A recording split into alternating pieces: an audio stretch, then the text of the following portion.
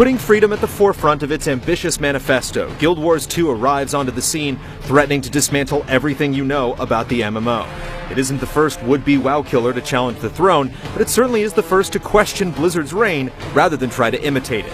It's a hefty gauntlet to throw the way of a game that has single-handedly defined online RPGs as we know it. Could Guild Wars 2 be the rallying cry for revolution? Now shut up and enjoy a glimpse of another reality.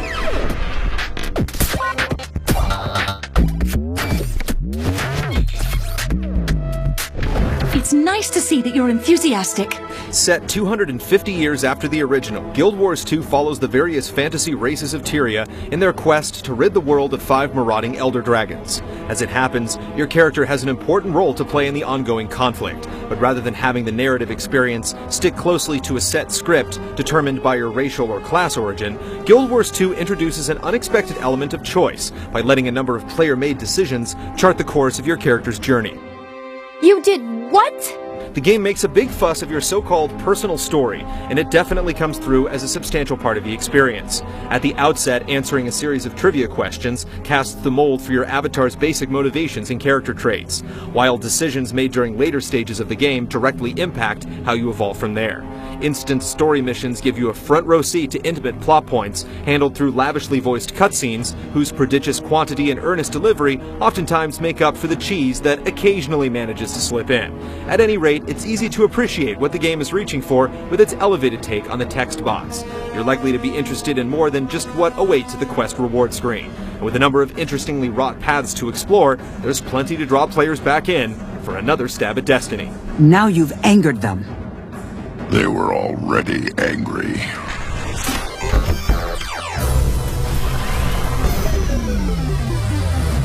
Retreat is not an option. Admirable as it is, Guild Wars 2's stab at storytelling merely sets the tone for the game's grander aspirations. Built on the belief that things could be better, the game brazenly kicks sand in the face of long-held conventions, turning up several progressive new models for the genre that invite exciting possibilities for change. Come on. It won't hurt anything to go look around a bit. However, you wouldn't know it, at least at first, with a brief glance at the game's classes. With familiar fantasy archetypes like the warrior, ranger, and thief, their names will roll off the tongues of the most savvy MMO veterans. What sets them apart has less to do with what they are than what they're capable of. That is to say, a little bit of everything at any given time. Guild Wars 2's controversial spin on the classic tank, healer, and damage dealer trinity would have you believe that it shouldn't exist at all, rejecting established notions of party roles and prescribed playstyles. Specking out the talent tree-like traits informs the ability to heal or hit harder when needed, but the responsibility to do so is shared and not segregated. With an overlying focus on individual performance and self-sufficiency, Guild Wars 2's group dynamic accentuates the benefits of synergy over codependency.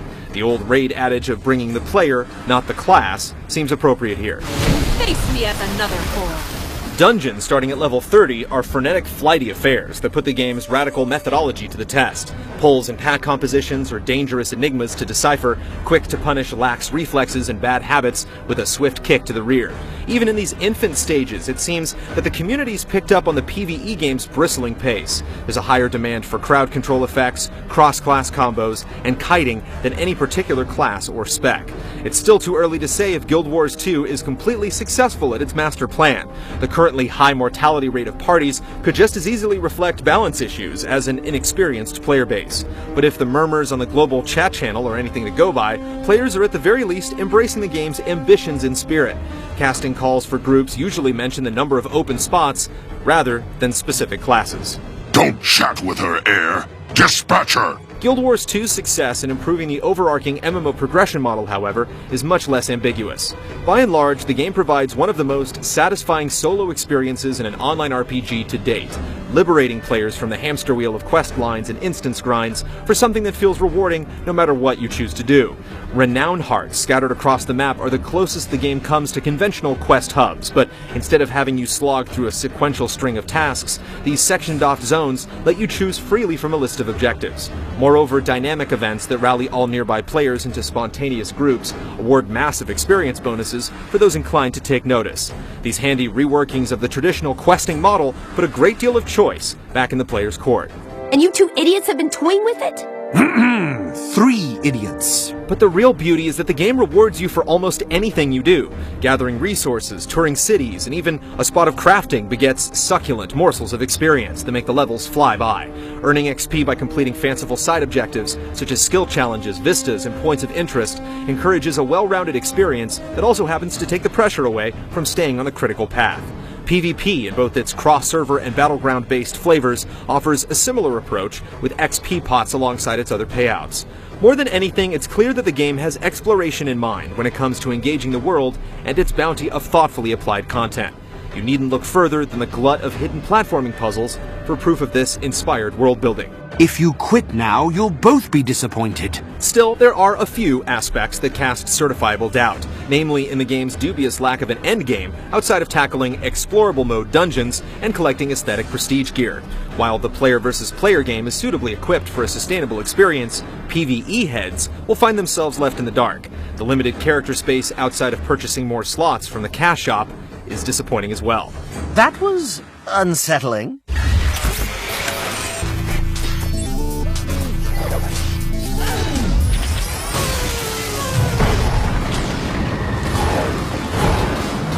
Guild Wars 2's unmaking of the tried and true reverberates in its stripped-down take on combat, which focuses heavily on action and adaptability. The curious addition of dodge rolls highlights the importance of mobility and damage mitigation, no matter what profession you choose. The game takes it further by highlighting skill management and battlefield awareness in lieu of abstract resources and numbers and bars going up and down on your screen.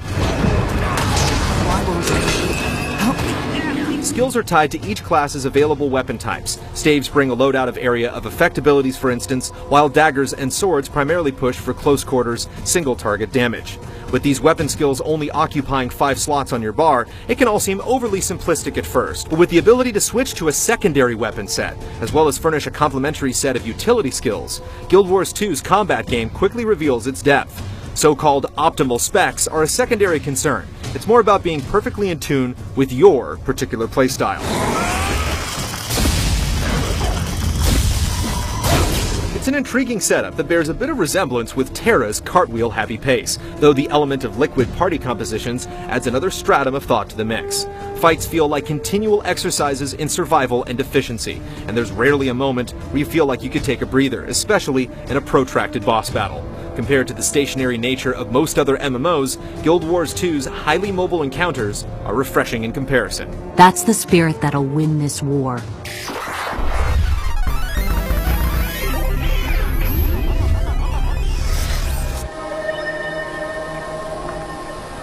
Decked in painterly hues, breathtaking vistas, and a soft, decorated look that stands apart from the more aggressive art styles of today, Guild Wars 2 impresses the senses with a unique take on high fantasy. The game proudly puts its art front and center, with the reoccurring brushstroke motif serving as a visual anchor to the game's intimate ties with its concept art.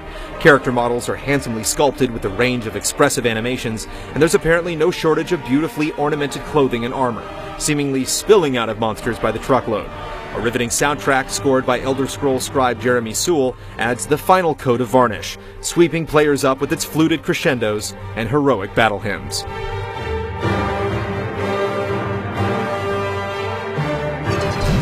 Your spirit is strong.